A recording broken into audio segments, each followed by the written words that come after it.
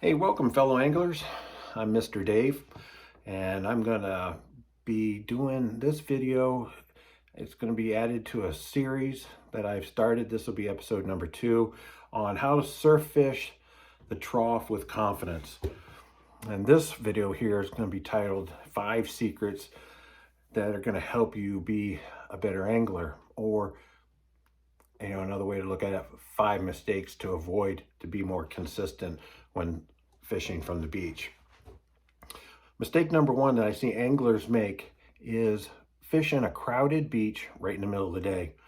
Why this is bad is, well, you got everybody swimming and splashing around, having a good time, kayaking, paddle boarding, and all they're doing is pushing the fish out of the area. And the fish are going to go over the sandbar, out to deeper water where they feel safer and more secure.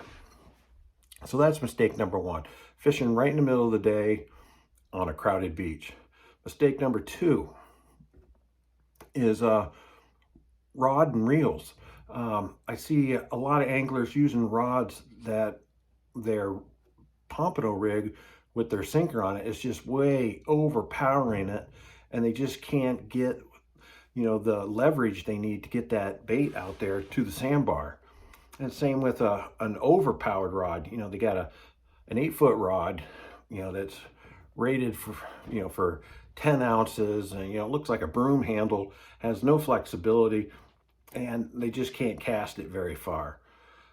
So you want a balanced rod and reel.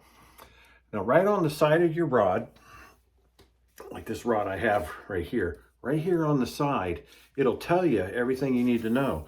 This rod here is an 8-foot rod.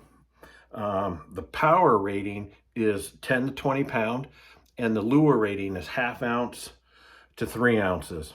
That's ideal. If you're pompano fishing for whiting, trout in the surf. Now, if I was using this rod, I would use, let's say, 15-pound test. That's right in between 10 and 20. And same with the sinker, 1/2 ounce to 3 ounce. You can throw a 1 ounce, 2 ounce, or even up to 3 ounce, and that rod will handle it just fine and be able to cast it 50, probably even 75 yards. As far as reels, 2,500 all the way up to a 5,000 series, spooled up with that 15-pound braid, because braid's going to cast farther than mono, and plus you'll be able to get more braid on the reel than mono of the same pound rating. Put your pompano rig on the end of that 2-ounce sinker and your bait of choice and send it out there, and then work it back to the beach, like I discussed in my last video, how to surf fish a trough with confidence. Second mistake anglers make from the beach, third mistake anglers make from the beach are hook size. People go think, well, I'm fishing in the ocean, I'm fishing in the Gulf of Mexico, there's big fish out there, I need a big hook. Well, no, you don't. The average size hook that you're going to see most commercial fishermen, surf anglers, and full-time guides are probably right between a number 2 and a 2-aught circle hook or J hook, and probably the most popular is going to be a 1-aught. Myself, I use about 70%, 75% of the time a number 2 size hook. And you take a shrimp, cut it into thirds, you tip it on that hook, cast it out there, and it doesn't matter if it's whiting or pompano, you're going to get them. Now, if I'm targeting mostly pompano and trout or fish of that size, then I may go up to the 1-aught and use a little bigger piece of shrimp. I may use like a 1/2 a piece of shrimp tipped with some fish gum or some fish bites, and that'll work just fine. The size of your bait will dictate the hook size, along with the size of fish you're trying to catch. Whiting only have a mouth probably big and round as a nickel. They're not going to swallow, a 5-aught hook. That's why you need to go down to like a number 2. Number 4, mistake that anglers make from the beach is bait selection. You know, on the way to the beach, they stop off at a gas station, pick up a dozen shrimp that have been sitting in a freezer since the 90s. You look inside the bag, it's all white and freezer burnt, looks like it's been snowing inside, you know, the bag.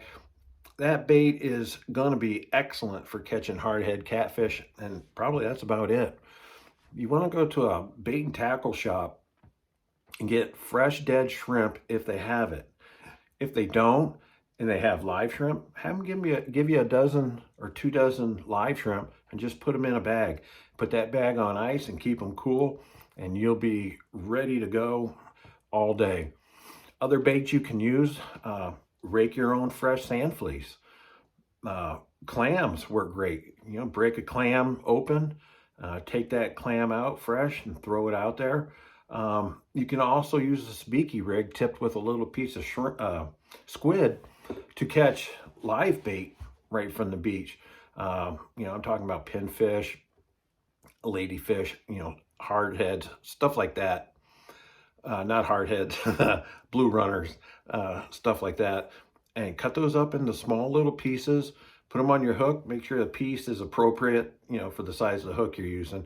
And I found some days the fish prefer cut fresh bait over, you know, shrimp or anything else. Experiment with your bait, make sure it's fresh. Okay, a last mistake, number 5. Not willing to be flexible and being complacent.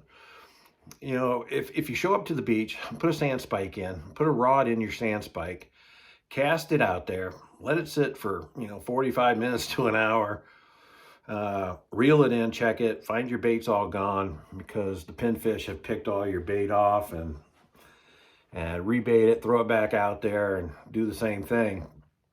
Yeah, you'll catch fish, but